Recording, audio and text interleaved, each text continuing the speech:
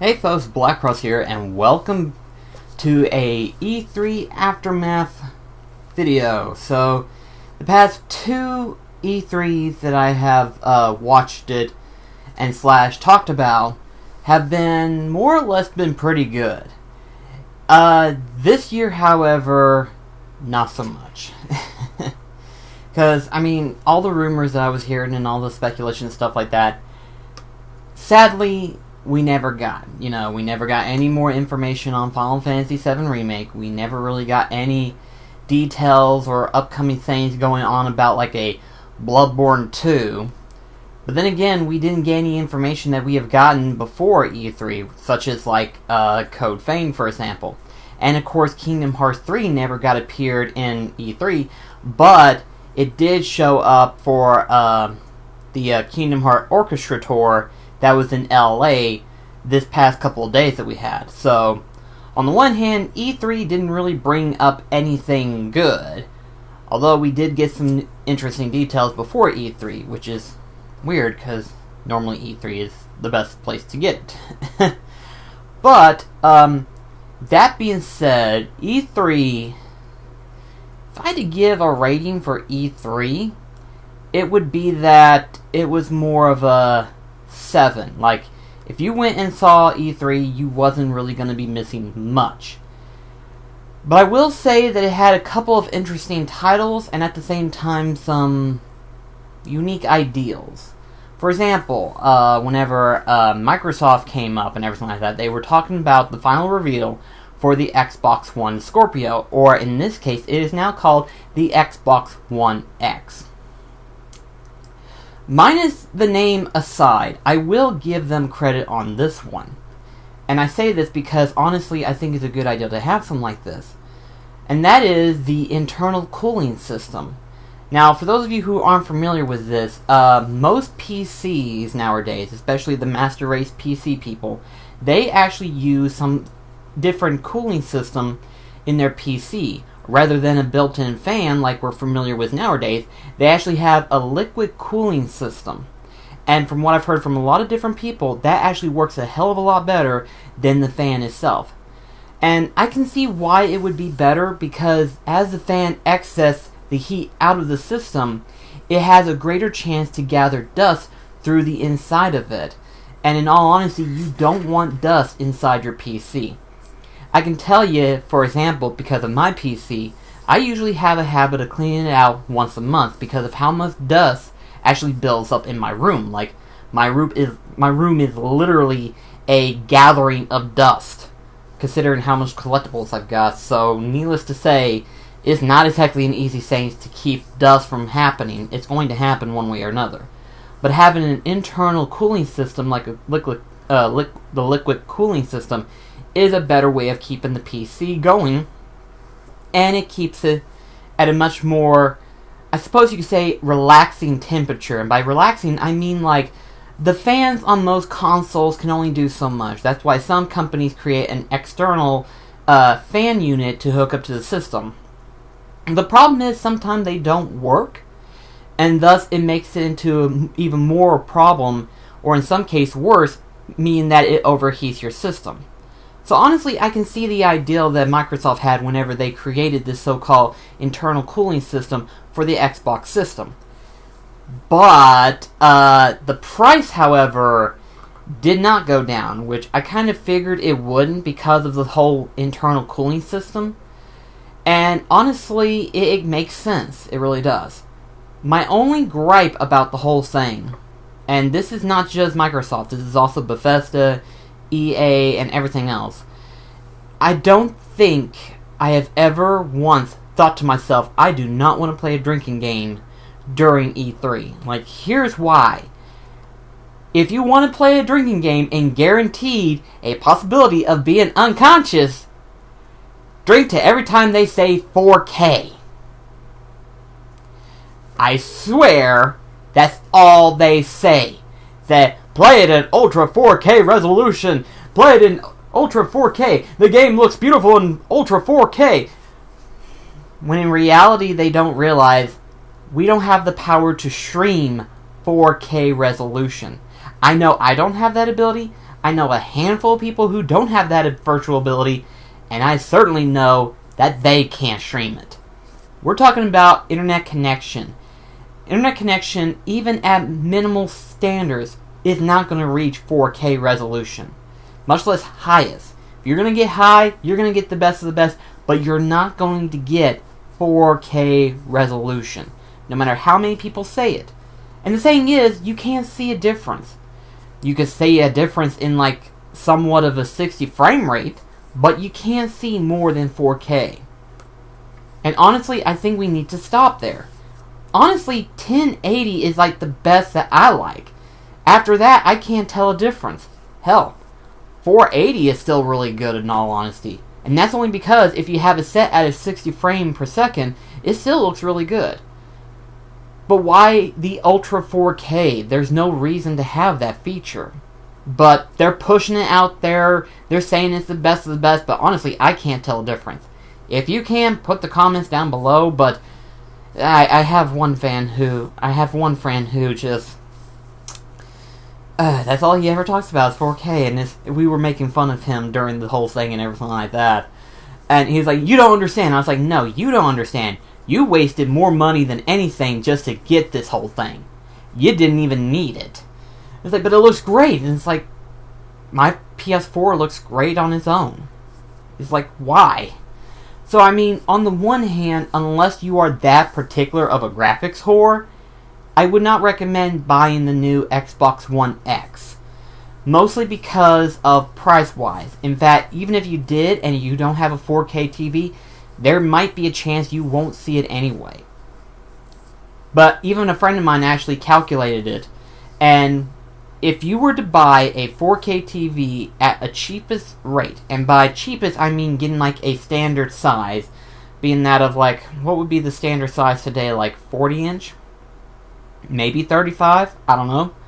And then of course, taking the Xbox One X price in consideration, we're looking at well over $1,000. Like easily over $1,000. And that's because including taxes, for that matter.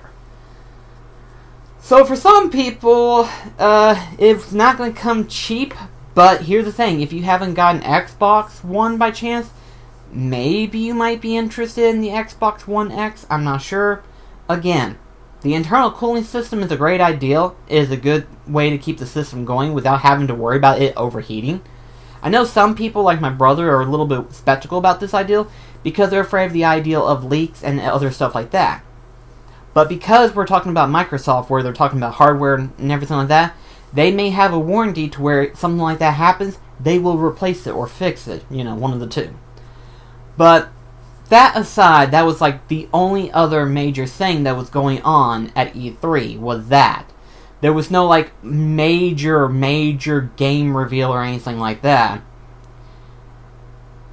To a certain extent, however, and I'll get to that in just a sec, I actually have a list of games that I'm interested in. And by list, I mean like a pretty good standard list. Like, EA kind of surprised me, in all honesty. Like, usually EA doesn't really have anything going for it. But there are two games in particular that had my interest. One of them is A Way Out.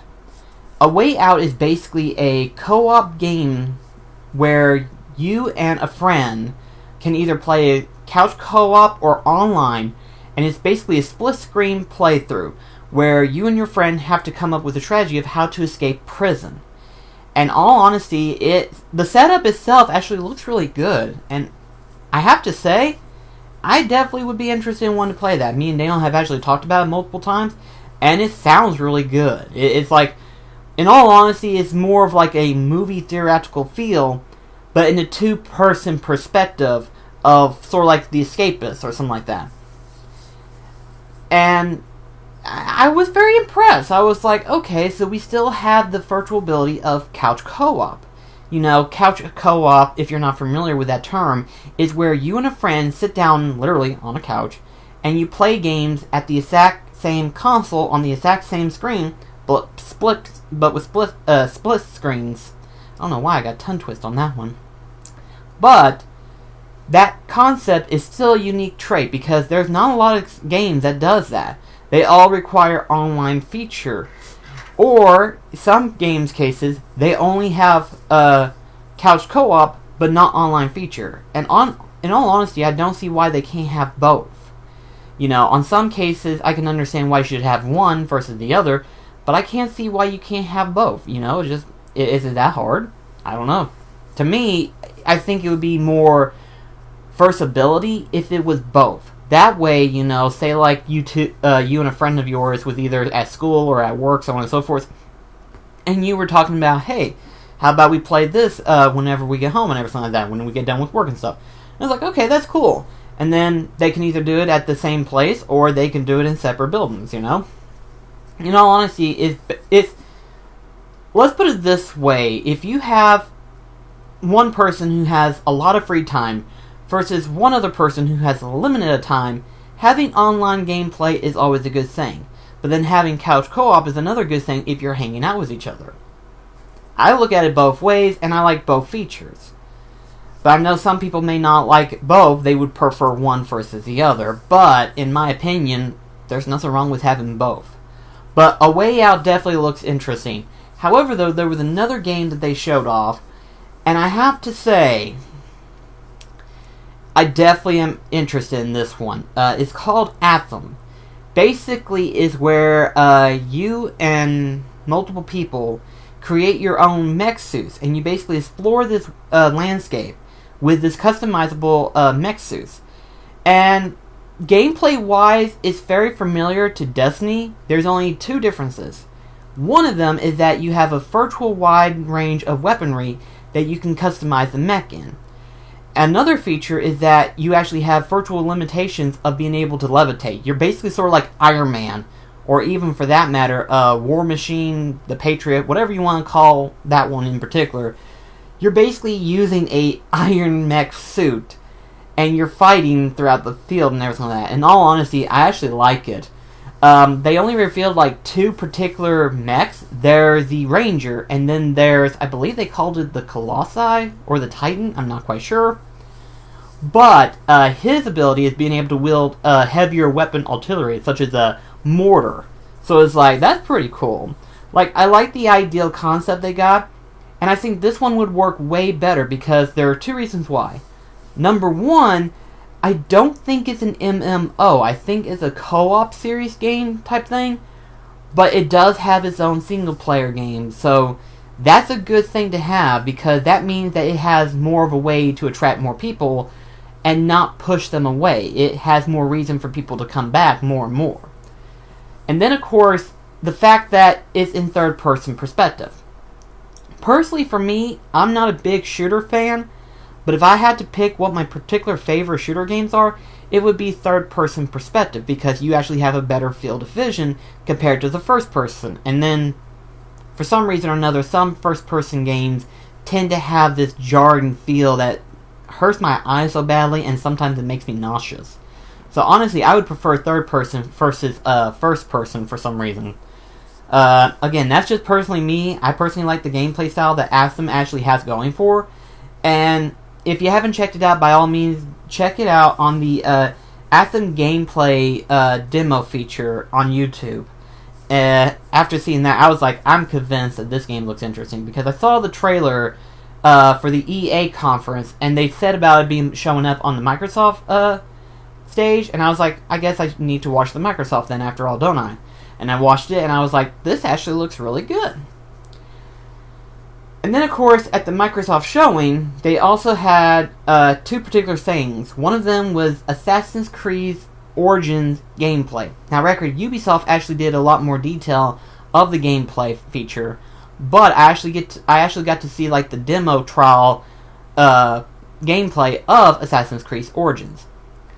Here's the thing. I've been away from Assassin's Creed for quite some time. The last game that I played of Assassin's Creed was the third one. Hadn't played any other since. I still would like to play Black Flag. I would really love to play Syndicate because I've heard a lot of people say it's really good. Union, I think I can probably skim by over because I think people are saying it still has a little bit of a bug issue. But Origin looks promising to me because, in a sense, I still like the first one to some extent, And this one kind of pays homage to how the first one starts off and everything like that. Except it goes back. And honestly, I like the gameplay style. I really do. And apparently the leveling up system was part of Syndicate, which I did not know that. It's like, oh, it was in Syndicate. That's interesting. I like the level system, actually.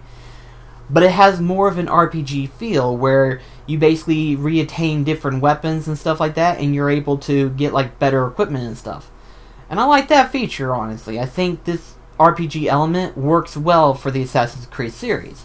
And Assassin's Creed Origins definitely is getting me back on the line of wanting to go and play the Assassin's Creed series again. I'm not sure when I'll jump on to them again, but I definitely would like to play Origins. That definitely looks good. And finally, after how long now? Finally, Cuphead has an official release date.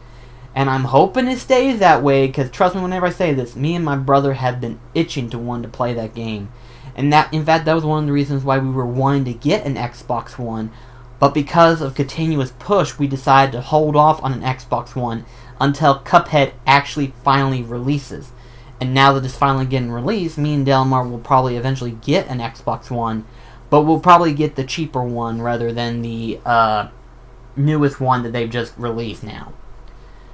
So, that's good to know that Cuphead is finally getting a release date. We go to Ubisoft, and I don't know what they did, but I think they won E3. I think they did. Because Ubisoft has done a lot so far with this conference. And not in terms of presentation, but in terms of games that they showed off. You know, obviously they had the Assassin's Creed Origin that they've got developing and everything like that. And then they're working with Nintendo. A lot of people had speculations on this one, but whenever Daniel told me the ideal concept, I was actually hyped for this one. And then after seeing the trailer, me and Daniel both are very happy for this one. And that is Mario and Rabbids Kingdom Battle. That game, I swear, looks so freaking fun that I was just like, oh, this is going to be interesting. This is just... it's so funny, but at the same time, it looks so entertaining. And I think the reason why they decided to let Ubisoft and Nintendo work together like this is because Nintendo has this theme of like being able to stay in that realm of child fun and everything like that. And Nintendo, whenever, I don't know who brought it up, either it was Nintendo or Ubisoft that came to first, but having the concept of combining the Mario franchise with the Rabbids series, it just, I guess it just equal to a perfect combination that was just waiting to happen. And we got the game. Well, I forget when it's supposed to come out, but it's just, I was looking at the game plan, I was like, yeah, I can't wait. That's gonna be fun. Speaking of, there's another game, actually two of them that Ubisoft has. Skulls and Bones. That one actually looks really fun. I know there's still that other one, Band of Thieves, that people are still on and everything like that about. But honestly, I like this one better. Mostly because I think it does a lot better perspective in terms of like ship battles. Now, imagine the concept, because I've never really played it myself. I've only seen people play it on YouTube and stuff like that. But the Icarus Rising, or I forgot what it was called now. But Icarus Rising or something like that, it sort of had that same concept where you and your friends are basically working together on this one ship, and you're basically trying to gather loot from other pirates. And then towards the end, there are the pirate hunters that will come after you. And you have to try to get away from them in order to keep the bounty that you've got. And honestly, I like the concept of the guy, because honestly, speaking of Assassin's Creed 3, of course, my favorite concept of that was actually the ship battles. I love that. And the fact that they have this going on for Skulls and Bones definitely has my interest on that one. Honestly, I think it just looks fun. I really do. The next game that was on their list, Starlink Battle for Atlas. Now, when I looked at the concept, I was like, okay, so obviously this is going to be another Nintendo Switch title that they're going to be releasing, because I was looking at it, and it was sort of like an amiibo functionality, but you can switch out the individual parts and stuff on the ship and everything.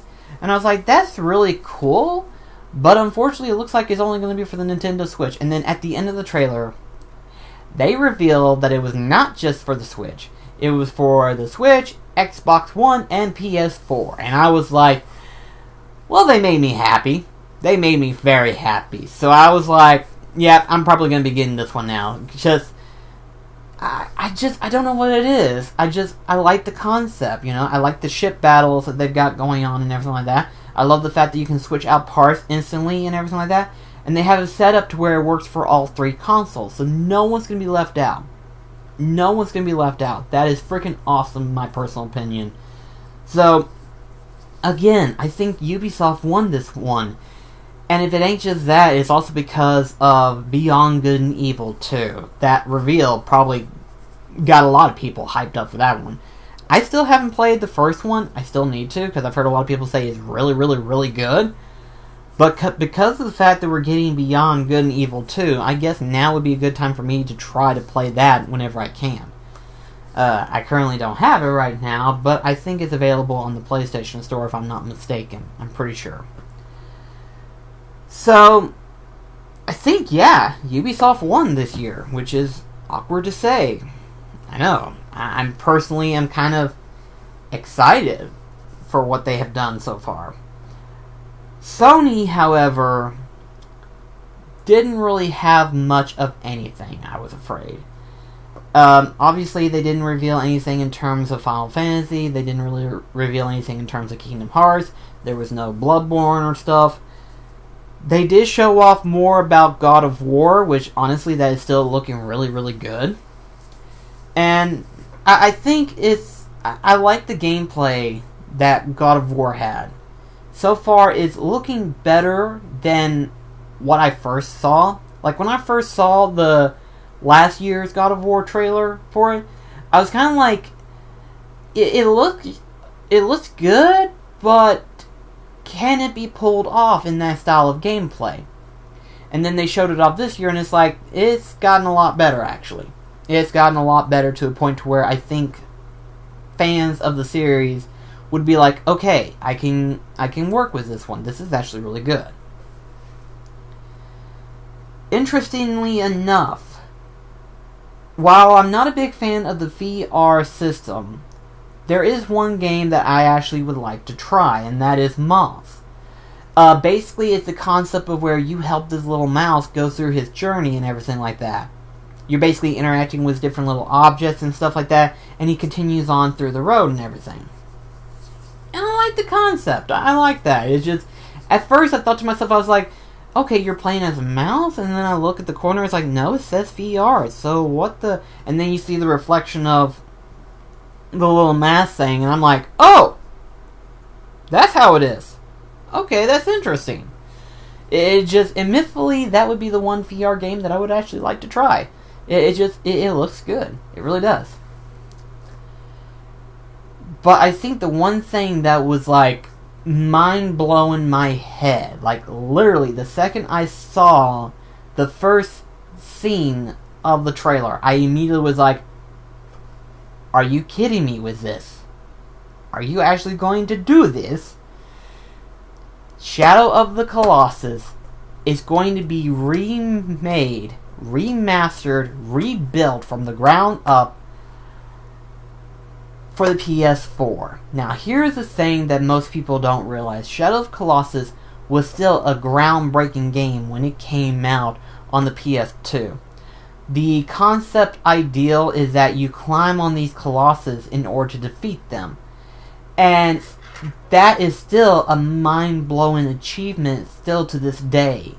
And to see it finally be rebuilt and be graphically toned up, it looks absolutely amazing. I'm like really impressed with how it looks. I was just like, damn it.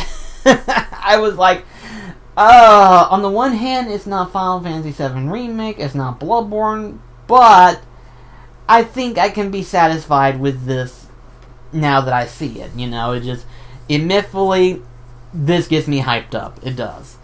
My only thing, and I only ask this because, because of it being remade and everything like that, which means they have time to, add in new stuff. I'm hoping they'll add in at least because of how there were deleted colossi that never got put to the main game. And I think it was probably because of they didn't know how to execute the ability to beat that one, or the fact that the system hardware limitation wasn't compatible to where it could pull that shit off. But I would like to see 2 or 3 more colossi in the new version. I really would love to see that. 16 colossus admittedly is a lot, but I think we can put in a couple more. I'm just saying, I think we could put a couple more. It wouldn't hurt.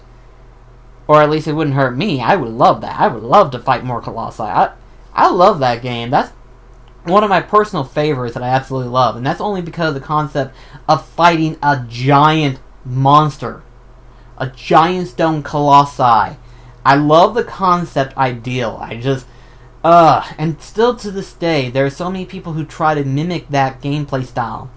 Even Attack on Titan is somewhat the same concept, except you're just flying mid-air and everything like that. You're not actually scaling on top of a Colossus. And in all honesty, still to this day, I think Shadow of Colossus still stands out as one of the better looking games out there. Admittedly, yes, it does lack in terms of the graphic department, but considering how it tried to pull off gameplay style like that on the PS2, it's still mind-blowing to me. And to see it being rebuilt for PS4, that's really good. I'm really happy for that one.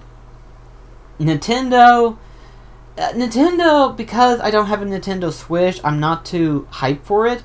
I know my brother is, so I'm just going to tell you right now, I'm still hyped for the Mario and Rabbids Kingdom battles, because honestly, I still think that looks fun. I still think that is incredibly fun. But I still need to play Breath of the Wild, so in other words, all of the features that Breath of the Wild is getting and stuff like that, I'm not going to have that virtual ability, but admittedly the amiibos look pretty damn cool. I'm not going to lie, they look really cool. I like them. But, again, because I'm not a big Mario fan, I'm not too hyped up for Mario Odyssey. I know my brother, on the other hand, is a little bit hyped up, too far out of reach for this and everything like that, but it does look interesting. There are, however, a couple of things that got revealed during E3 and stuff like that, such as trailers and stuff. One of them being that Undertale is going to be released for the PS4. Now, I'm not sure if it's just PS4 or if it's going to be PS4, Xbox One, and Nintendo Switch. As far as I know, it is being released for the PS4, but there's a lot of people asking if it's going to be released as a physical copy. Honestly, I hope it is, because I think a lot of fans of the series would love to see a physical steelbook form of Undertale with all of the characters around it. I think people would love that. I think people would really adore the fact that, Undertale has the title, you have your main character, and then has all of the different characters in the entire steelbook, literally every character. Now, for the record, I've seen bits and pieces of Undertale, but I haven't seen everything. So in other words, it's going to be kind of like one of those things where it's I know what the concept is, and I know how to go about it, but I don't know every inch in detail of the game. So it kind of makes me wonder, would I still have that same feeling for Undertale that everyone else seems to have? Or am I just going to be lackluster at best whenever I start to play it? I don't know. But I'm kind of happy that it is being released on PS4. That means I don't have to worry about having strictly for PC and stuff. I can play it on the console. Like I said, as far as I know, it is a release for the PS4. I say later on it will be put for Xbox One and Nintendo Switch as well. But again, that's all the information I knew because Delamar was telling me about it, and I was like, really? Huh. That's pretty cool, actually. And like I said, Kingdom Hearts 3 got revealed at the Kingdom Hearts Orchestra Tour at LA and everything like that. And because of that trailer, there's still next month to look forward to for a new world. I'm hoping that they're going to stick to that schedule next month, July 15th, because I'm going to be literally counting the days until that finally gets revealed. A new world will be revealed, as well as an absolute new trailer. So in all honesty, I'm kind of excited for that. But yeah, I think if I had to say, in terms of like absolute wins, and like by absolute wins, I mean like I would buy them immediately off the shelf on day one. They would be probably Athens, probably Assassin's Creed Origins, definitely Starlink Battle for Atlas. That one definitely is something that I would be considered doing, especially all the ships and stuff. And Shadow of the Colossus. That just looks so good right now. It just, that is looking really good.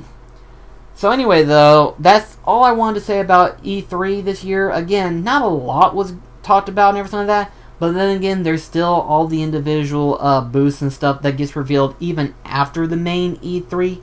So if anything comes up during that time, I'll be sure to do a video on them later on. But anyway, though, let me know what you thought about E3. Did you think they did really good?